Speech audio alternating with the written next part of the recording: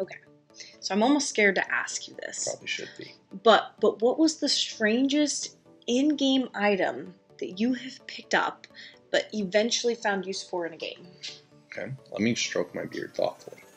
I'm thinking when I collected all those Korok seeds in Legend of Zelda Breath of the Wild, only to be rewarded with Hestu's gift, which, spoiler alert, if you didn't know what you get after doing that, it is a useless pile of golden poo. Yes, that's a real thing. Okay, no. It happened. It's in the canon. But wait, but part of the question was that you found use for it. Mm-hmm. Do I even want to know? Do I even want to know? So it doesn't really serve any in-game purpose, just to be fair. Okay. And honestly, that's probably for the best. I don't think anybody would want to find out. But you're probably talking about the stuff that's actually useful. You know, like those cardboard boxes that are laying around in Metal Gear games that turn out to be far more valuable than their appearance would let on to. Over my years of playing video games, I've learned to pick up pretty much everything that I find laying around. Right. Finding a strange key, yes, it goes in the loot bag, probably going to need it later. Letter addressed to a character I haven't met yet, better grab that too. I'm sure I'm going to meet him at some point. Chicken-shaped hat, absolutely. Add it to the inventory. You know that's going to find a way to come in handy at some point. Half of any role-playing game is tracking down quest items to complete errands and assignments that allow us to progress further into the game. And in most open-world games, it's common to explore areas that contain quest items for quests that we haven't yet received. So you find something and it appears to be a random piece of junk, but it might actually be a critical component that's used to craft an incredibly powerful piece of armor. But you won't know that until you run into the armorer who's capable of forging that masterpiece. The value of many of the items we pick up may not be apparent while sitting in my backpack or fetch a high price at the local shop, but they tend to reveal their true value when the story finally calls for them.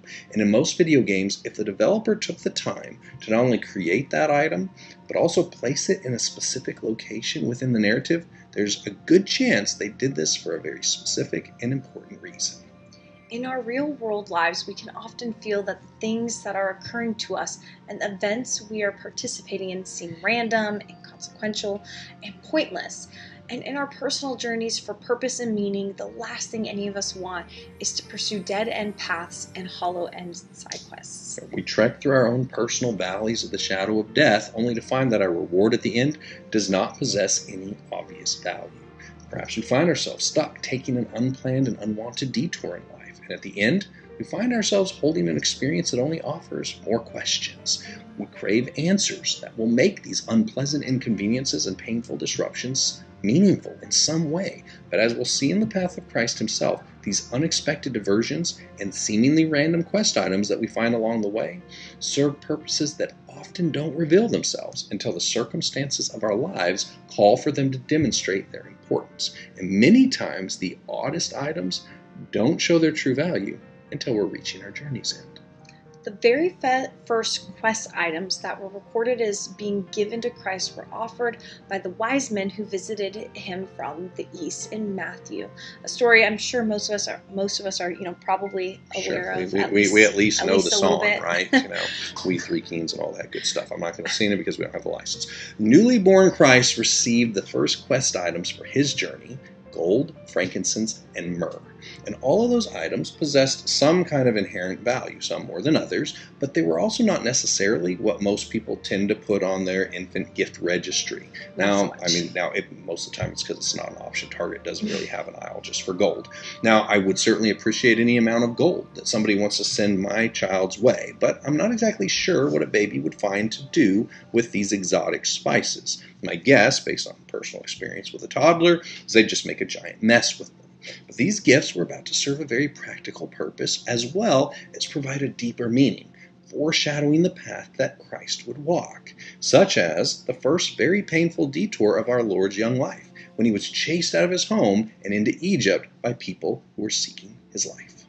These gifts came with a bullseye, as many of our gifts in life often do. No sooner had Christ been blessed with this outpouring of love than the enemy launched an attack to crush his journey before he had even begun to take his first steps. Now, I don't know if any of you have had to move before. It's not pleasant, and it's not cheap. I have a pretty good feeling that the gold that they had received probably came in pretty handy for that emergency move to Egypt. At least you got to put a down payment on something. Like in many of our games, the quest item arrived right before the necessity to use it appeared. And what appeared to be just a random gift of kindness from strangers could not have arrived at a more critical time. So gold, we get it. That makes sense, right? But what about this frankincense? What about the myrrh? Sure, they had value and were easily tradable items that might also provided financial support for this young family during their unplanned detour to a foreign country. That also indicated the journey of Christ's life before he ever got started. Frankincense was a critical aspect of the offerings to the Lord that he commanded his people to bring, but because they had forsaken him and his covenant, they were no longer acceptable to him. That's right. The only sacrifice that could atone for the sins of people was laying there in Mary's arms, the willing sacrifice of a perfect gift, offered to the Father in the form of Christ. From his earliest days, his journey destined him to take up his place as an offering, and that was symbolized by the frankincense that he was given.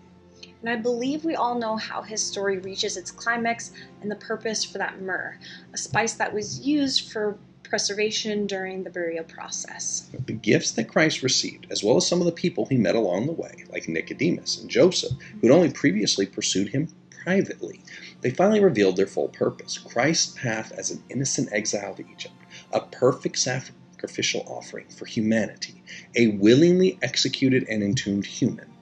Those were provided for as well as foreshadowed with the quest items that he was given, and guided and supported by the cast of characters that he met along the way. Some of them were kind and generous, others nefarious and wicked, and all served to push him one step closer to his destiny. Much like our video game adventures, what we are given by the Creator doesn't always make sense until it's time for it to be used in our quest. And then we will find that even these odd and seemingly random items and occurrences were actually very critical and required elements for us to be able to move forward in the game.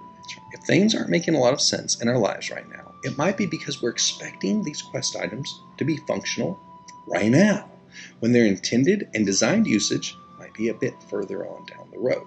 Our Father creates relationships in our lives that may not serve an obvious purpose, but in that moment, like when we saw with Nicodemus, they did serve a critical purpose when we turned out to need them the most.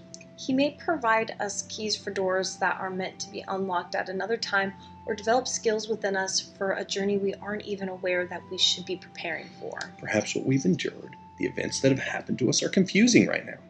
That's because our quest isn't over yet. What we're experiencing, the items we're gaining from these events, may simply be quest items that don't reveal their full value and purpose until the time comes within our destiny for them to be of use. And many of our experiences in life don't reveal all of their secrets until we're at our journey's end. So whether life hands us gold, frankincense, myrrh, a strange key, or a chicken hat, if we're aligning our will with the Father's, we can rest assured that a time is coming.